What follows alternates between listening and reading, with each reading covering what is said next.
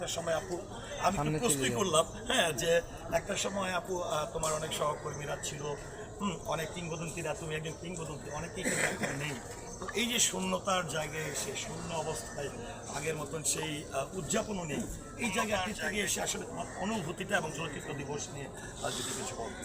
না, অবশ্যই খুবই ভালো লাগছে যে আজ আমাদের বাংলা চলচ্চিত্র জাতীয় দিবস আর কি পালন হচ্ছে, কিন্তু যেটা দেখতে পাচ্ছি খুবই ছোট পরিসরে।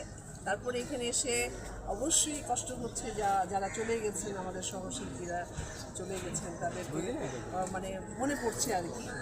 তারপরেও আমি মনে হয় যে এই জাতীয় একটা দিবসটা যেন আরও মানে জাঁকজমট হয়, আরও ভালো হয়, এই ধরনের ছোটোখাটো পরিসরে চাই না আর কি, তাই না? এটা তো জাতীয় চলচ্চিত্র দিবস, আপনার ছোটোখাটো ব্যাপার। আর চলচ্চিত্রে আপনার এই প্ল্যাটফর্মটা এত বড় একটা প্ল্যাটফর্ম শিল্পীদের জন্য, আপনার সংস্কৃতি অঙ্গনের জন্য, যে এত বড় একটা প্ল্যাটফর্ম এটা আপনার চলচ্চিত্র দিয়ে কিন্তু বোঝায় আর কি।